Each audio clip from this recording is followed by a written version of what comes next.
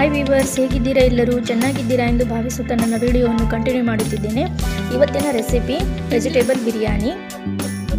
ನಾನು ಕೂಡ ಟ್ರೈ ಮಾಡಿದ್ದೆ, ತುಂಬ ಚೆನ್ನಾಗಿ ಬಂದಿತ್ತು. ನೀವು ಕೂಡ ಟ್ರೈ ಮಾಡಿ ನೋಡಿ, ಇಷ್ಟವಾದರೆ ಕಮೆಂಟ್ ಮಾಡಿ ಹಾಗೂ ಅಲ್ಲೇ ಸಬ್ಸ್ಕ್ರೈಬ್ ಮಾಡಿ, ಅಲ್ಲೇ ಇರುವ ಬೆಲ್ಲೈಕನನ್ನು ಕ್ಲಿಕ್ ಮಾಡಿ. ಇದರಿಂದ ನನ್ನ ಹೊಸ ವಿಡಿಯೋ ನೋಟಿಫಿಕೇಷನ್ ನಿಮಗೆ ಬರುತ್ತೆ.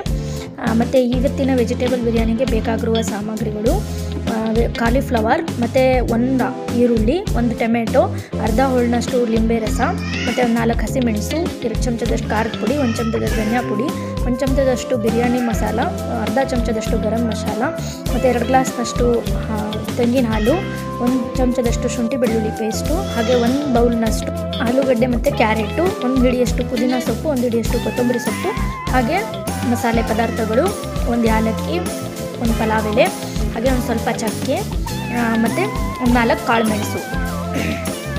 ಸ್ಟವ್ ಹಚ್ಚಿ ಕುಕ್ಕರ್ ಇಡಿ, ಹಾಗೆ ಎಣ್ಣೆಯನ್ನು ಹಾಕಿ ಒಂದು 50 ml ಅಷ್ಟು ಎಣ್ಣೆಯನ್ನು ಹಾಕಿ, ಹಾಗೆ ಮಸಾಲೆ ಪದಾರ್ಥಗಳನ್ನು ಏನು ತೆಗೆದಿಟ್ಕೊಂಡಿದ್ವಿ ಅದನ್ನು ಎಲ್ಲ ಸೇರಿಸಿ, ಮತ್ತು ಇನ್ನೊಂದು ಹಸಿ ಪಲಾವ್ ಎಲೆ ಅಂತ ಬರುತ್ತೆ, ಅದು ನನಗೆ ಸಿಗಲಿಲ್ಲ. ನಿಮಗೇನಾದರೂ ಸಿಕ್ಕಿದ್ರೆ ಹಾಕ್ಕೊಳ್ಳಿ, ತುಂಬ ಚೆನ್ನಾಗಿರುತ್ತೆ ಫ್ಲೇವರು.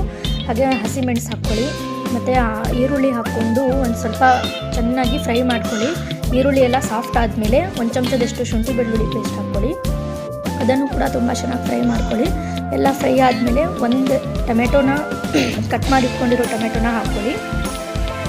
ಅದು ಕೂಡ ಸಾಫ್ಟ್ ಆದಮೇಲೆ ಹೂಕೋಸು ಮತ್ತು ಕ್ಯಾರೆಟ್, ಆಲೂಗಡ್ಡೆ ಎಲ್ಲವನ್ನು ಹಾಕಿ ಸ್ವಲ್ಪ ಉಪ್ಪು ಬೆರೆಸಿ, ಸ್ವಲ್ಪ ಅರಿಶಿನ ಪುಡಿ ಹಾಕಿ ಚೆನ್ನಾಗಿ ತಿರುವು ಹಾಕ್ಕೊಳ್ಳಿ.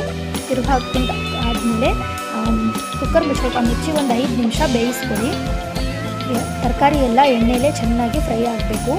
ಎಲ್ಲ ಫ್ರೈ ಆದಮೇಲೆ ಎಲ್ಲ ತಳ ಹಿಡಿಬಾರ್ದಲ್ವ, ಅದಕ್ಕೆ ಇನ್ನೊಂದು ಸಲ ಮಿಕ್ಸ್ ಮಾಡ್ಕೊಳ್ಳಿ. ಮಿಕ್ಸ್ ಆದಮೇಲೆ 1 ಹಿಡಿಯಷ್ಟು ಕೊತ್ತಂಬರಿ ಸೊಪ್ಪು ಮತ್ತು 1 ಹಿಡಿಯಷ್ಟು ಪುದೀನ ಸೊಪ್ಪು ಹಾಕ್ಕೊಳ್ಳಿ.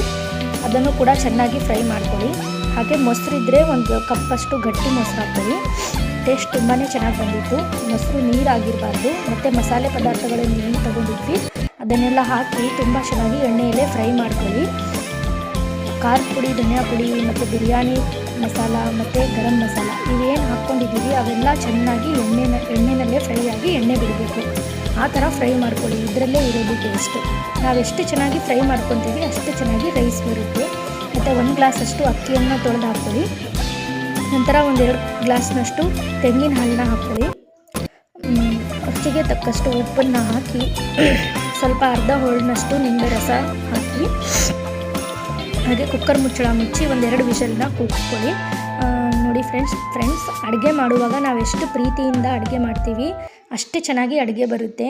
ನಾವು ಏನೇ ಕೆಲಸ ಮಾಡಿದ್ರೂ ಅಷ್ಟೇ ಕೋಪದಿಂದ ಮಾಡಿದ್ರೆ ಅದು ಯಾವತ್ತೂ ಇತ್ಯರ್ಥ ಆಗಲ್ಲ. ನೋಡಿ ಎಷ್ಟು ಚೆನ್ನಾಗಿ ಬಂದಿದೆ ವೆಜಿಟೇಬಲ್ ಬಿರಿಯಾನಿ. 2 ವಿಷಲ್ ಕೂಗಿಸಿದ ಮೇಲೆ ನೀವು ನಿಮ್ಮ ಕುಟುಂಬದೊಂದಿಗೆ ಪ್ರೀತಿಯಿಂದ ಸವಿಯಿರಿ. ನಮ್ಮ ಮನೇಲಂತೂ ತುಂಬ ಇಷ್ಟಪಟ್ಟು ಊಟ ಮಾಡಿದ್ರು. ನೀವು ತಿಂಡಿ ಮಾಡ್ಕೊಂಡು ತಿನ್ನಿ ವೆಜಿಟೇಬಲ್ ಬಿರಿಯಾನಿನ.